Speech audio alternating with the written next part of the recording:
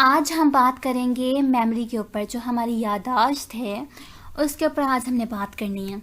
तो मेमोरी का क्या रोल है हमारी ज़िंदगी में, किस तरह से असरअंदाज होती है हमारी लाइफ के ऊपर, आज हमने इस पे बात करनी है।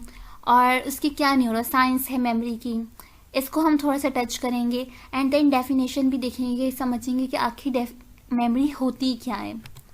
तो सबसे पहले डेफिनेशन पे आ जाते हैं। डेफिनेशन इसकी कुछ इस तरह से कि एक प्रोसेस है जो कि हमें दो तरह से मदद दे रहा होता है, कि रिप्रोड्यूस कर रहा होता है और रिकॉल कर रहा होता है लर्नड इन्फॉर्मेशन को, जो हमने सीखी हुई है इन्फॉर्मेशन, चीज़ें वगैरह, एंड देन रिटेन करने में हेल्पफुल होता है ये इन्फॉर्मेशन को। किस तरह से एसोसिएटिव मैकेनिज़म्स होते हैं जिसकी मदद से हम रिटेन कर सकते हैं इन्फॉर्मेशन को, तो इसे मेमोरी कहते हैं। एंड देन कुछ इसके ब्रेन के साथ भी लिंक पाए जाते हैं। ब्रेन में ऐसे 3 पार्ट्स हैं जो कि इसके साथ लिंक किए जाते हैं, एमिगडाला का, हिप्पोकैम्पस का और सीरिबेलम का। अब एमिगडाला किस तरह से लिंक करता है वो हमारी मेमोरी के साथ। एमिगडाला एक रोल प्ले कर रहा होता है अपनी फियर और फोबिक सिचुएशंस के साथ, इसका लिंक है। हिप्पोकैम्पस का जो लिंक है हमारी डिक्लेरेटिव मेमोरी और एपिसोडिक मेमोरी के साथ लिंक पाया जाता है। डिक्लेरेटिव मेमोरी हमारी जो होती है वो फैक्ट्स के ऊपर बेस करती है। एंड देन एपिसोडिक मेमोरी जो है वो हमारी डेली रूटीन की जो चीज़ें हैं उस पर बेस करती है। फॉर एग्जांपल, अगर किसी ने बाइक चलानी है या कार्स चलानी है तो ये इसकी डेली रूटीन में चीज़ है।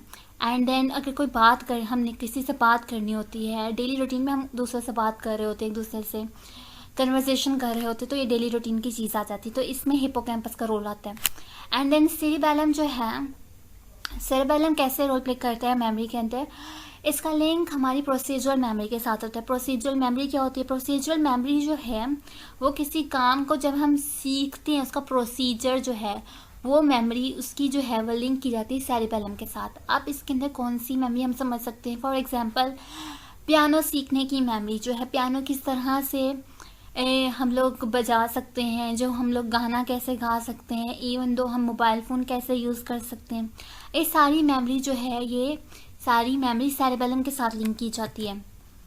एंड देन अगर इसमें से तीनों में से कोई पार्ट अगर अच्छे तरीके से फंक्शन नहीं करेगा अपना, तो हमारी मेमोरी पे अफेक्ट पड़ जाता है। अब मेमोरी का क्या रोल है हमारी ज़िंदगी में, कहाँ कहाँ हम देखते हैं कि मेमोरी एक अपना इम्पेक्ट रखती है। तो बहुत छोटी चीज़ से अगर हम देखें कि हमें किसी का नाम याद रखना है तो नाम के लिए भी मेमोरी की ज़रूरत पड़ती है। अगर हमारी मेमोरी अच्छी नहीं होगी तो हम उसको याद ही नहीं रख पाएंगे। एंड देन अगर हमने कोई काम करना है, प्लान है हमारा कहीं जाने का, उसके लिए भी मेमोरी की ज़रूरत पड़ती है।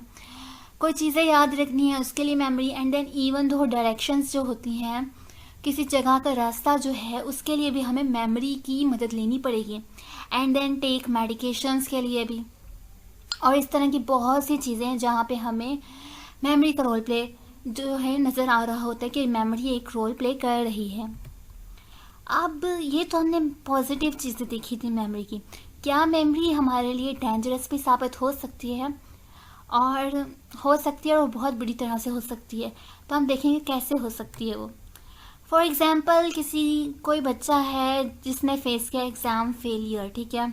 अब वो उसकी जो मेमोरी है एग्ज़ाम फेलियर की उसके माइंड में स्टक हो चुकी है। एंड देन उसको जो है वो मेमोरी नहीं भुला पा रहा, तो उसके लिए मुश्किल है कि वो अपने आगे जो फंक्शन नहीं कर सकता अपनी सोसाइटी के अंदर, मज़ीद अपने एग्ज़ाम को, जो आगे मज़ीद एग्ज़ाम्स आएंगे उसके अंदर अच्छे तरीके से नहीं अपने आप की अपनी जो परफॉर्मेंस है वो दे पाएगा। तो उसके लिए वो बुरी साबित हो सकती है। तो उसको चाहिए कि वो अपनी थिंकिंग पैटर्न को चेंज करे, सोचने का जो अंदाज़ है वो चेंज करे। देन अगर किसी के साथ ट्रॉमेटिक इवेंट हो चुका है, किसी ने ट्रॉमा वगैरह फेस किया है बहुत बुरा, फॉर एग्ज़ाम्पल जैसे हमारे अर्थक्वेक्स आते हैं, उसके अंदर फ्लड आ जाता है, उसमें किसी बच्चे ने उसके लिए उसने देखा है कोई ऐसा मंजर जो उसके लिए ट्रॉमा साबित हुआ है, तो उसकी जो मेमोरी होगी उसके माइंड में रह जाएगी। एंड देन वो अच्छे तरीके से अपनी जो लाइफ है वो नहीं चला पाएगा, तो इसके लिए नेगेटिव साबित हो सकती है। आर्गूमेंट्स जो होते हैं, एक दूसरे के बीच में हम बहुत से आर्गूमेंट्स कर रहे होते हैं, आर्गूमेंटेटिव स्टेटमेंट्स दे रहे होते हैं एक दूसरे को, और नाराज़ हो जाते हैं। एज अ रिज़ल्ट कॉन्सिक्वेंस ये होता है कि हम नाराज़ दुखी होकर बैठ जाते हैं। तो दुखी होके बैठ जाना वो क्यों होता है? क्योंकि हमें याद होता है कि सुबह हमारी लड़ाई हुई थी किसी के साथ। इस तरह से साल साल भी लड़ाई चलती रहती है। यही क्यों होता है याद? क्योंकि हमारी जो मेमोरी है वो हमारा रोल प्ले कर रही थी कि हाँ हमारी सुबह लड़ाई हुई थी, ठीक है। तो इसमें भी एक मेमोरी एक नेगेटिव रोल प्ले कर रही है।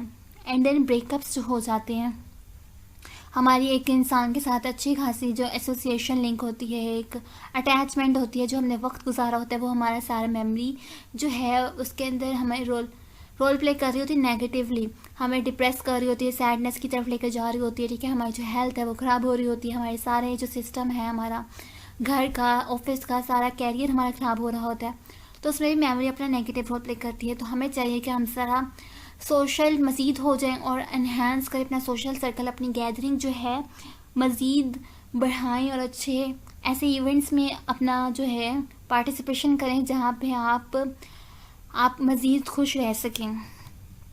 किसी की लव्ड वन की डेथ हो चुकी है तो तब भी उसके लिए उसकी मेमोरी जो उसके साथ एसोसिएट थी वो उसके लिए पेनफुल साबित हो सकती है। तो उस इंसान को चाहिए कि न्यू एक्टिविटीज़ के अंदर अपने आप को इंडल्ज करे, अपनी न्यू हॉबीज़ बनाए।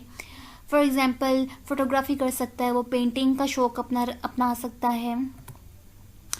एंड देन इस तरह से जो हमारी मेमोरी के नेगेटिव इम्पैक्ट से हम उसको हाथ से जो है कोप अप कर सकते हैं। अगर हम अपने नेगेटिव वे जो है हमारे थिंकिंग का उसको अगर चेंज कर लें तो मेमोरी के पॉजिटिव रोल के साथ साथ हम उसको नेगेटिव रोल जो है उसको भी कम कर सकते हैं, पॉजिटिवली उसको डील कर सकते हैं। एंड देन इसी के साथ हमारी वीडियो ख़त्म होती है आज की। अगर आपको ये वीडियो पसंद आई है तो ज़रूर मेरे चैनल को सब्सक्राइब कीजिएगा और इस वीडियो को लाइक करना ना भूलिएगा। मिलते हैं जल्दी अगली वीडियो में।